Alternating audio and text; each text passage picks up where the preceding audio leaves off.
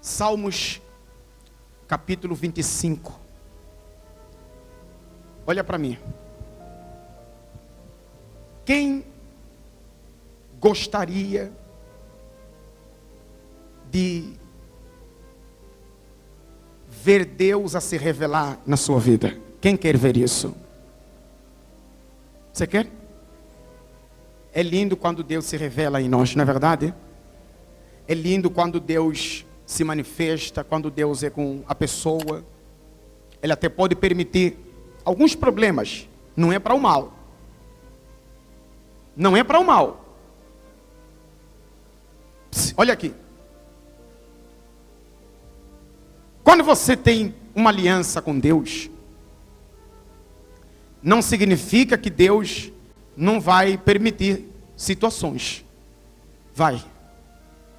Mas tudo que Ele permitir é com o propósito dele se revelar cada vez mais na tua vida. Não é para a tua vergonha, não é para a tua humilhação. Mas se você vê que Deus permitiu um certo problema, não entenda isso no sentido humano. Entenda na visão de Deus, na visão espiritual. Entenda que Deus não permitiria nada que viesse a prejudicar alguém que tem uma aliança com Ele. Foi o que aconteceu com Lázaro. Lázaro morreu, as irmãs se desesperaram, informaram a Jesus antes da morte que Lázaro estava muito doente. Estava muito? Jesus ouviu aquilo, falaram para ele: mestre, vamos. Jesus falou: fiquem calmos.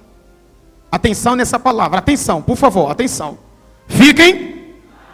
Jesus falou o seguinte: esta enfermidade não é para a morte, mas é para a glória. De quem? De quem?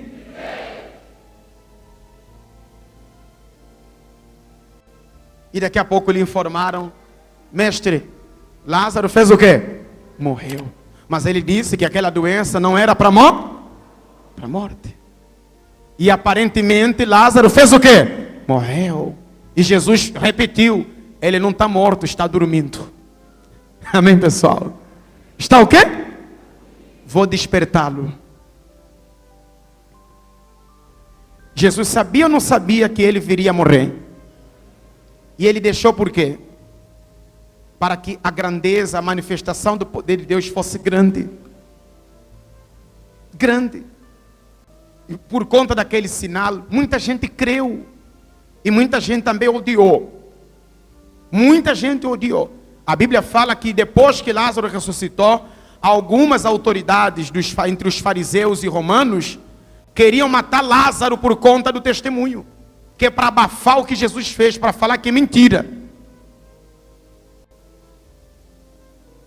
O diabo tem trabalhado assim nos dias de hoje. Ganhar alma é uma luta. É um dos trabalhos mais difíceis que existe no mundo. Chama-se ganhar o quê? Alma. Porque você pode fazer tudo para agradar. Você pode fazer tudo certinho. O diabo, que também tem interesse em não salvar as pessoas, ele vai trabalhar para boicotar sempre a obra de Deus. Então, Deus, Ele não se revela para qualquer um. Deus se revela com aqueles que têm uma aliança com Ele. Deus se revela com aqueles que temem a Ele. É por isso que está escrito aqui, capítulo 25, versículo 14. Repita comigo: o segredo de Deus é para os que temem. É para os que o temem. De novo, os segredos de Deus. Talvez na sua tradução está a intimidade do Senhor. Amém? A mesma coisa, intimidade é um momento secreto. Você e quem? E Deus. Então, repita: a intimidade do Senhor é para os que o temem, aos quais Ele dará a conhecer o seu pacto, a sua aliança. Que está a compreender? Deus só faz aliança com aqueles que temem a Deus. Porque o temor a Deus é o princípio da sabedoria. Quem teme a Deus, obedece a palavra de Deus. Quem teme a Deus, não anda na contramão da fé. Quem teme a Deus, guarda os ensinamentos de Deus. Quem teme a Deus é fiel. Quem teme a Deus é confiante. E por isso está escrito que Ele revela o pacto somente com aqueles ou para aqueles que temem a Ele. Porque se a pessoa não teme a Deus, ela não vai respeitar a palavra de Deus. Ela não vai dar valor nas coisas de Deus. Se a pessoa não teme a Deus, ela vai viver apenas de aparência, de fachada. Na frente do pastor vai parecer ser uma boa pessoa, mas na ausência do pastor revela a sua verdadeira identidade. É aquilo, na igreja é humilde, em casa é rebelde. Quem está compreendendo isso? Na igreja mostra que é fiel, mas lá em casa é ladrão. Na igreja obedeço o pastor, mas em casa não obedeço o pai, não obedeço o marido e vice-versa. Que faz as pessoas viverem assim, com esta aparência? Falta de temor a quem? Porque ela acha que Deus só está na igreja, só lhe vê quando está onde? Na igreja. Deus está em todo lado, em todo lugar. Ninguém se ausenta de Deus, está escrito isso. Se subir aos céus, Ele está lá. Se descer, Ele está. Se ir às profundezas do abismo, Ele está. Se for ao mar, também Ele está lá. Ninguém se oculta da presença de Deus. Então quem é temente a Deus sabe disso. Tem essa consciência. Que não pode se ocultar de Deus. Suas obras são reveladas. Por mais que você fala, não, eu vou esconder isso do apóstolo, vou esconder isso do pastor. Não, ninguém está me vendo. Vou falar do jeito que eu bem entender. Não vou roubar o dízimo. Vou levar o envelope vazio, ninguém está vendo. No dia de cumprir eu não vou. E quando eu voltar ninguém vai notar, é óbvio. Notando eu ou não, não vai mudar nada. O que importa é o que Deus nota em você. Porque Deus fala, lá em Jeremias, no seu capítulo 17, que Deus sonda os corações e prova os pensamentos, e isso para dar a cada um, segundo o seu procedimento e segundo o fruto das suas ações. Ninguém colhe o bem ou o mal por acidente ou por acaso. Seja qual for o fruto que você está a colher hoje e vai colher amanhã, é resultado daquilo que você está a fazer hoje e do que você fez ontem. Não tem isso, Deus foi um acidente, não era para ter esse azar. Não há. Tudo é consequência. Assim como o trabalho que nós estamos a participar agora, a quebra dos pactos. Quebra? Se há pacto é porque alguém fez. Não tem isso de o pacto se autofazer. É porque alguém fez esse pacto para o mal de uma determinada pessoa. Diga, está amarrado isso no nome de Jesus. E assim, o pacto com Deus é feito com a sua iniciativa, a sua atitude, sua vontade. Você tem que querer andar com Deus. Quem entendeu isso? E quando há um pacto entre Deus e a pessoa, há intimidade. Amém? Há o quê? Não ouvi bem. Há o quê? Há intimidade. Há livramento. Deus se lembra da pessoa. Está lá no livro de Êxodo. E o povo de Israel gemia, gemia, gemia lá no Egito. E a Bíblia fala, então Deus se lembrou da aliança que fez com Abraão e das promessas que fez a Abraão, Isaac e quem? E Jacó. Deus se lembrou não de outra coisa, se lembrou da quê? Da aliança, se lembrou do pacto. Deus não se esquece daqueles que firmaram com Ele um pacto. Por isso é que nós ensinamos, pregamos. Olha aqui por favor. O pacto, é um seguro. Você lembra quando Ezequias ficou doente, o rei Ezequias? Quando Deus falou para ele que você vai morrer. Arruma a tua casa que não tens tempo mais. E ele se virou para a parede. Você acha que ele apelou o quê? Apelou o quê a Deus? O pacto que ele tinha com quem? Com Deus. Ele olhou, virou para a parede e falou: Senhor, lembra-te de mim. Sou falho, sou pecador, tenho um monte de defeito, mas lembra-te de quem? De mim. Não pelas minhas boas obras, mas pela aliança que eu tenho com o Senhor. Ele falou o seguinte: lembra-te de que eu tenho sido fiel. Amém, pessoal? De que eu tenho andado na tua presença. Tem muitas pessoas que até firmaram um pacto com Deus, mas não foram fiéis no pacto, porque não cumpriram o que elas prometeram. E quando você quebra o pacto, anula-se o acordo que se fez. Deus fica livre da obrigação que ele tinha.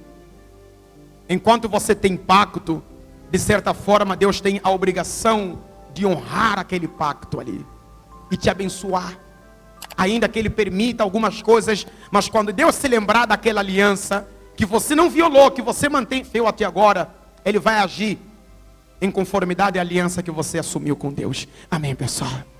Então, é isso. Deus falou: eu fiz uma aliança, meu povo tem que sair daí. Eu prometi. Por isso nós estamos falando, o seu pacto com Deus no altar tem que ser forte. Tem que ser. Quando o teu pacto com Deus é forte, não tem feitiço que te abate, não tem bruxo, não tem macumba, não há tradição, nada. Quem mexe com você, mexeu com Deus. Pacto é como parceria. Olha para o mundo, a estrutura, ou as estruturas governamentais do mundo. Os países precisam ter aliados. Os mais fracos aliam-se aos mais fortes. Isso para salvaguardar a integridade da nação. De maneira que se alguém se levantar contra você, está se levantando contra o teu aliado. Sim ou não? Sim ou não? Ali, quem quer se levantar contra você vai pensar duas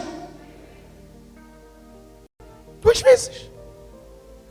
Porque imagina que a Namíbia se torna um aliado estratégico de Angola. Daqui a pouco a Zâmbia fala: eu vou atacar a Namíbia. Sabendo que tem uma aliança com Angola, vai pensar duas. Porque um ataque à Namíbia seria um ataque para a nação angolana.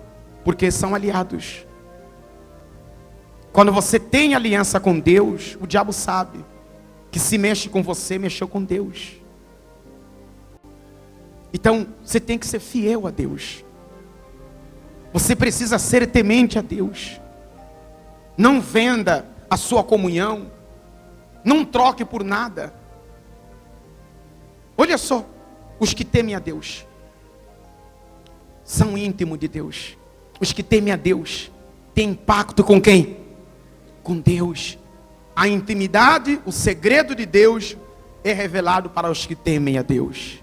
E quando você tem temor de Deus, olha aqui, Deus não te deixa errar.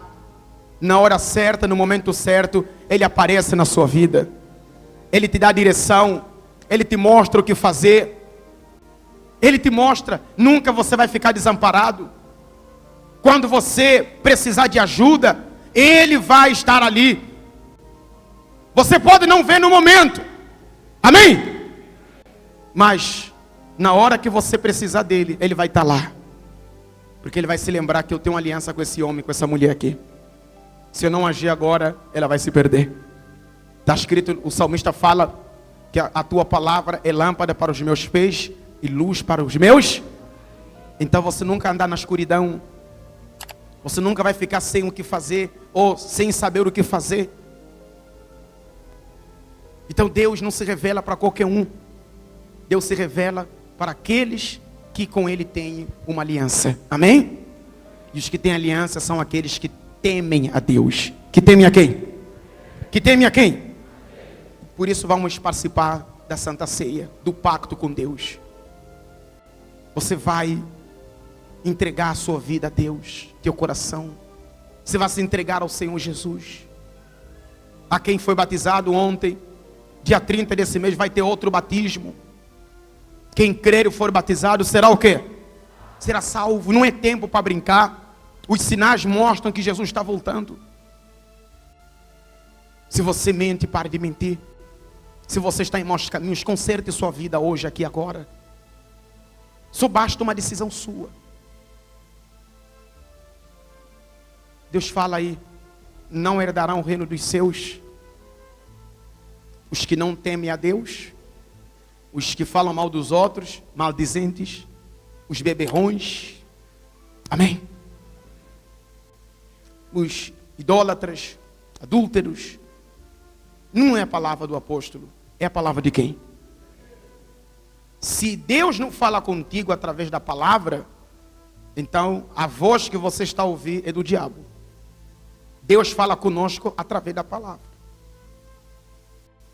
Se Deus não tem falado contigo, Ele não tem te dirigido, te orientado, ou, por exemplo, se a pregação ela te incomoda, então pode ter certeza que o diabo já te escolheu. Porque Deus fala conosco quando abrimos a Bíblia Sagrada. Amém, pessoal? Quando você vem na reunião, por exemplo, agora é quem está falando? É o próprio Deus, que quer salvar sua alma, que quer anular o pacto das trevas, através do pacto que você vai firmar com Ele aqui hoje. Amém, pessoal?